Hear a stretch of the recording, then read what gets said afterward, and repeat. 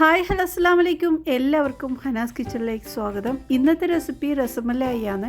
പാൽപ്പാട വെച്ചിട്ടാണ് ഇത് ഉണ്ടാക്കിയിട്ടുള്ളതും. അപ്പോൾ ഇതെങ്ങനെ ഉണ്ടാക്കുന്നത് നോക്കാം. വീഡിയോയിലേക്ക് കിടക്കാം. എന്നും കളക്ട് ചെയ്യുന്ന ഈ ഒരു പാൽപ്പാട ഇതുപോലത്തെ ഒരു പാത്രത്തിൽ കളക്ട് ചെയ്ത് വെച്ചതാണ് കേട്ടോ. അപ്പോൾ ദിവസം ഞാനിതുപോലെ ചെയ്യുന്നത് നെയ്യങ്ങനെ ഉണ്ടാക്കാമെന്ന് വിചാരിച്ചിട്ടാണ്. പക്ഷേ ഇന്ന് വരെ ഞാനിത് ഉണ്ടാക്കിയിട്ടില്ല. അധികം ഈ ഒരു ഇതിനെ കൊണ്ട് പനീർ പോലത്തെ എന്തെങ്കിലും ഉണ്ടാക്കുകയാണ്. കാരണം കുട്ടികൾക്ക് അതാണ് ഇഷ്ടം. അപ്പോൾ അങ്ങനെ വിചാരിച്ചിട്ട് ഞാൻ ഇത് ഒരു രസമല ഉണ്ടാക്കാമെന്ന് വിചാരിച്ചു. അപ്പോൾ അത് ആ ഒരു പാട് ഞാൻ അടുപ്പിൽ വെച്ചിട്ട് ഒന്ന് ചൂടാക്കിയെടുത്തു. അപ്പോൾ അതൊന്ന് ഉരുകി ഒന്ന് മെൽറ്റായിട്ട് വന്നിട്ടുണ്ട്. അപ്പോൾ പാൽപ്പാടേൻ്റെ കട്ടയെല്ലാം പോയി ഒന്ന് ലൂസായി വന്നിട്ടുണ്ട്. ഇനി ഇത് നന്നായിട്ടൊന്ന് തിളപ്പിച്ചെടുക്കണം. തിളക്കുന്ന സമയത്ത് നമുക്കിതിലേക്ക് ചെറുനാരങ്ങ നീര് ഒഴിച്ചെടുക്കാം. അപ്പോൾ 1.5 ചെറുനാരങ്ങൻ്റെ നീരാണ് നമ്മളിതിലേക്ക് ഒഴിച്ചത്. എന്നിട്ട് നന്നായിട്ടൊന്ന് ഇളക്കി തിളപ്പിച്ചെടുക്കണം. അപ്പോൾ ആ ഒരു രീതിയിൽ ചെയ്യുമ്പോഴാണ് നമുക്ക് പനീർ നേരെ കിട്ടുന്നത്. അപ്പോൾ ഇത് അധികൾക്കും അറിയുന്നത് തന്നെ ആയിരിക്കും. അപ്പോൾ ഇതൊന്ന് നല്ലോണം തിളച്ച് ഒരു പാലൊക്കെ പിരിഞ്ഞ് നിൽക്കുന്ന അങ്ങനെ ആയിട്ട് വരണം. ഇതുപോലത്തെ സ്റ്റീലിലൊക്കെ വെക്കുന്ന സമയത്ത് പെട്ടെന്ന് അടുക്കി പിടിക്കുന്ന സാധനമാണ് കേട്ടോ ഈ പാലൊക്കെ. പാൽപ്പാട ആയതുകൊണ്ട് പെട്ടെന്ന് അടുക്കി പിടിക്കും. അപ്പോൾ ഇതൊന്ന് നന്നായിട്ടൊന്ന് ഇളക്കിക്കൊണ്ടിരിക്കണം. അപ്പം അടിയിൽ പിടിച്ചാൽ പിന്നെ ഇതിൻ്റെ സ്മെല്ലും ഒക്കെ ടേസ്റ്റും വ്യത്യാസം വരും. അപ്പോൾ അത് അടിയിൽ പിടിക്കാതെ ഒന്ന് ശ്രദ്ധിച്ച് ഇതുപോലെ ഇളക്കിയെടുത്ത് റെഡിയാക്കിയെടുക്കാം. അപ്പോൾ ഇതെല്ലാം റെഡി ആയിട്ടുണ്ട്. ഇനി നമുക്ക് ഒന്ന് അരിച്ചെടുക്കണം. ഇനി നമുക്കിതൊന്ന് അരിച്ചെടുക്കാം. അപ്പോൾ അരിപ്പയിലേക്ക് നമുക്കൊരു തുണി വെച്ച് കൊടുത്ത് അതിലേക്കാണ് ഒഴിച്ചു കൊടുക്കേണ്ടത്. അപ്പോൾ കോട്ടൺ പോലത്തെ തുണിയായിരിക്കും നല്ലത്. കുറച്ച് വലിയ ഓട്ടകളെല്ലാം ഉണ്ടെങ്കിൽ പെട്ടെന്ന് ഇത് അരിച്ച് കിട്ടും കേട്ടോ. അപ്പോൾ ഇങ്ങനെ ഒഴിച്ചതിന് ശേഷം നമുക്കിത് ഒന്ന് പിഴിഞ്ഞെടുക്കണം. അപ്പോൾ ഇതുപോലെ ഒന്ന് സ്പൂണോട് നന്നായിട്ടൊന്ന് പ്രസ് ചെയ്ത് ആ ഒരു വെള്ളമെല്ലാം കളഞ്ഞെടുക്കുക. ഇനി നമുക്ക് ഇതിന് ഒന്നുകൂടെ കഴുകിയെടുക്കണം. അപ്പോൾ നോർമൽ വെള്ളം ഒഴിച്ച് നന്നായിട്ടൊന്ന് ഇതുപോലെ മിക്സാക്കി കഴുകണം. കാരണം നമ്മൾ ഇത് ചെറുനാരങ്ങയൊക്കെ പിഴിഞ്ഞ് ചെയ്യുന്നതുകൊണ്ട് അതിലൊരു പുളിപ്പുണ്ടാവും. ആ ഒരു പുളിയൊക്കെ മാറാൻ വേണ്ടിയിട്ടാണ് ഇങ്ങനെ ചെയ്യുന്നത്. 2 പ്രാവശ്യമായിട്ട് ഇതുപോലെ കഴുകിയെടുത്തിന്. എന്നിട്ട് വീണ്ടും ഒന്ന് ഇതുപോലെ നന്നായിട്ടൊന്ന് പിഴിഞ്ഞെടുത്തതിന് ശേഷം ഒന്നും കൂടെ ഇതിൻ്റെ മുകളിലോട്ട് വെച്ചുകൊടുക്കാം. അപ്പോൾ വീണ്ടും അരിപ്പയിൽ വെക്കുന്ന സമയത്ത് അതിൻ്റെ മുകളിലോട്ട് കുറച്ച് വെയിറ്റുള്ള സാധനം എന്തെങ്കിലും വെക്കാം. അപ്പോൾ ഇതുപോലെ ആയിട്ടുണ്ട്. ഒരു 3-4 മണിക്കൂർ വെച്ചതിന് ശേഷം നമുക്കിത് പാത്രത്തിലേക്ക് മാറ്റി കൊടുക്കാം.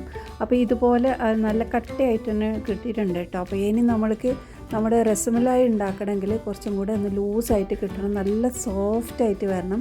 ഇത് ഉണ്ടാക്കുമ്പോൾ നല്ലോണം കുഴച്ചെടുക്കണം. അതാണ് ഇതിൻ്റെ മെയിനായിട്ടുള്ളത്. അല്ലെങ്കിൽ നമ്മൾ ഉണ്ടാക്കുമ്പോൾ പൊടിഞ്ഞു പോകും. അപ്പോൾ ഇത് നമ്മൾ ഒന്ന് പഞ്ചസാരയൊക്കെ ചേർത്തിട്ട് നന്നായിട്ടൊന്ന് കുഴച്ചെടുക്കുക. ഒരു 3 ടേബിൾ സ്പൂൺ പഞ്ചസാര ഇട്ട് പിന്നെ ഒരു 2 ടേബിൾ സ്പൂൺ വെള്ളം ഒഴിച്ച് നന്നായിട്ട് ഇതുപോലെ കുഴച്ചെടുക്കാമെന്ന്.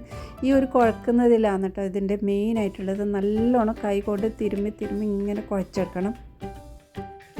അപ്പോൾ കുഴക്കുമ്പോൾ ഈ ഒരു രീതിയിൽ വേണം കേട്ടോ കുഴക്കാൻ. ഇതുപോലെ ഒരു ചെറിയൊരു പീസ് എടുത്തിട്ട് ഞാൻ ജസ്റ്റ് ഒന്ന് കാണിക്കുകയാണ്. അത് നമ്മളിതാ കൈ കൊണ്ടൊന്ന് റബ്ബ് ചെയ്യുന്ന പോലെ അങ്ങനെയാണ് ആക്കേണ്ടത്. അപ്പോൾ നമ്മൾ ഇതിലുണ്ട തരിയൊക്കെ പോയിട്ട് നല്ല സ്മൂത്തായിട്ട് കിട്ടും. ആ ഒരു രീതിയിലാണ് വേണ്ടത്. അപ്പോൾ കുറച്ച് കൂടുതൽ ടൈം തന്നെ നല്ലോണം നമ്മളെ ശക്തി മുഴുവൻ എടുത്തിട്ട് വേണം ഇത് കുഴച്ചെടുക്കാനെന്ന് തന്നെ പറയാം. അപ്പോൾ അങ്ങനെ കുഴച്ചെടുത്തിട്ടുണ്ട്. പക്ഷെ എൻ്റേതും അത്ര പെർഫെക്റ്റായി എന്ന് ഞാനും പറയുന്നില്ല. അപ്പോൾ ഇതുപോലെ റെഡിയാക്കിയതിന് ശേഷം നമ്മൾക്ക് കയ്യിലോട്ട് കുറച്ചൊന്ന് ബട്ടറൊന്ന് തേച്ച് കൊടുക്കാമെന്ന്. അപ്പോൾ നല്ലൊരു ഷേപ്പാക്കാൻ വേണ്ടിയിട്ട് മാത്രമാണ്. അപ്പോൾ നെയ്യോ ബട്ടറോ ഓയിലോ ഏതെങ്കിലും ഒന്ന് നമ്മൾ കയ്യിലോട്ടൊന്ന് തടവി കൊടുത്തതിന് ശേഷം നമുക്കിതിന്ന് ഒരു ചെറിയൊരു പീസ് എടുത്ത് നല്ലോണം ഷേപ്പാക്കി എടുക്കണം. അപ്പോൾ ഇതുപോലെ റൗണ്ടാക്കി എടുക്കണം. അത് ചെയ്യുമ്പോൾ തന്നെ പൊടിയാവുന്ന പോലെ ആയിട്ടായിരിക്കും നമുക്ക് ഉണ്ടാവുക. അപ്പോൾ ഒന്ന് ശക്തി ഉപയോഗിച്ചിട്ട് ഇതുപോലെ ചെയ്തെടുത്താൽ ഈ ഒരു രീതിയിൽ കിട്ടും കേട്ടോ. അപ്പോൾ അതുപോലെ നമുക്കെല്ലാം റെഡിയാക്കിയെടുക്കാം.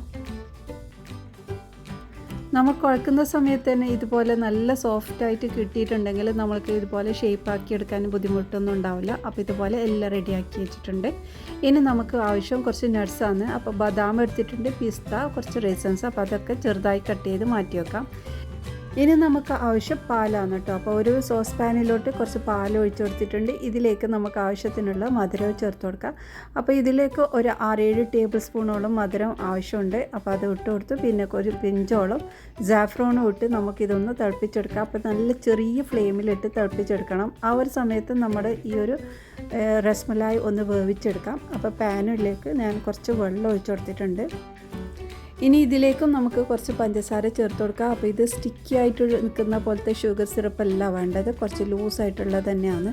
അപ്പോൾ ഇതിലേക്കും 7 ടേബിൾ സ്പൂണോളം പഞ്ചസാര ചേർത്ത് കൊടുത്തിട്ടുണ്ട്. എന്നിട്ട് നന്നായിട്ടൊന്ന് ഇളക്കിയെടുക്കാം.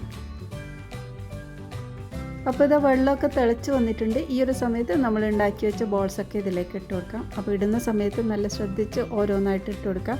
ഇത് പൊട്ടിപ്പോകാനുള്ള സാധ്യതയുണ്ട്, അത്രയും സോഫ്റ്റ് ആയതുകൊണ്ട് തന്നെ. അപ്പോൾ ഇത് ഓരോന്നിട്ട് അടച്ച് വെച്ചിട്ട് തന്നെ വേവിച്ചെടുക്കണം. അപ്പോൾ വെന്ത് കഴിഞ്ഞാൽ കുറച്ച് സൈസ് കുറച്ചും കൂടെ വലുതായിട്ട് വരും കേട്ടോ. അപ്പോൾ ഇതുപോലെ റെഡി ആയിട്ടുണ്ട്. ഇനി ഇതിൽ നിന്ന് ഓരോന്നെടുത്ത് ഇതിൻ്റെ വെള്ളം ഒഴിവാക്കി നമ്മൾ പാലിലോട്ട് ഒഴിച്ചു കൊടുക്കുക. അപ്പോൾ പാലിൻ്റെ ഫ്ലെയിം ഓഫാക്കിയിട്ടില്ല കേട്ടോ, ചെറിയ ഫ്ലെയിമിൽ വെച്ചിട്ടുണ്ട് തന്നെയാണ്. അത് നല്ല തിളച്ച് കുറുകി വന്നത്ര നമ്മുടെ ഈ ഒരു രസ്മലായിക്ക് ടേസ്റ്റ് കൂടുതലേ ഉണ്ടാവുള്ളൂ. അപ്പോൾ അതിലേക്ക് നമ്മൾക്ക് ഓരോന്നായി ഇട്ട് കൊടുക്കാം. അപ്പോൾ ഇതിലേക്കെല്ലാം ഇട്ടതിന് ശേഷം നമ്മൾ എടുത്ത് വെച്ച ആ ഒരു നട്ട്സും കൂടി ഇതിലേക്ക് ചേർത്ത് കൊടുക്കുന്നുണ്ട്. അപ്പോൾ ഇതാ ബദാം, പിസ്ത, പിന്നെ കുറച്ച് റൈസൻസിൻ്റെ ആവശ്യമില്ല, നമ്മുടെ കയ്യിലുണ്ടെങ്കിൽ മാത്രം ഒന്ന് ചേർത്ത് കൊടുത്താൽ മതി. അപ്പോൾ ഇത് നല്ലൊരു റിച്ച് ആയിട്ടുള്ള ഒരു ഡെസേർട്ടും കൂടിയാണ് കേട്ടോ. അപ്പോൾ നിങ്ങൾ ട്രൈ ചെയ്ത് നോക്കിയിട്ട് നിങ്ങളുടെ വലിയൊരു അഭിപ്രായം അറിയിക്കണേ. എല്ലാം ഇട്ട് കഴിഞ്ഞാൽ ഒരു 10 മിനിറ്റ് നല്ല ലോ ഫ്ലെയിമിലിട്ട് തിളപ്പിച്ചെടുക്കേണ്ടതാണ്. പിന്നെ നമ്മൾ ഈ ഒരു മിക്സിങ്ങിലും കൂടി റെഡിയാക്കിയിട്ടുണ്ടെങ്കിൽ നല്ല ടേസ്റ്റുള്ള ഒരു പെർഫെക്റ്റ് ആയിട്ടുള്ള രസ്മലായി റെഡി ആയിട്ടുണ്ടാകും.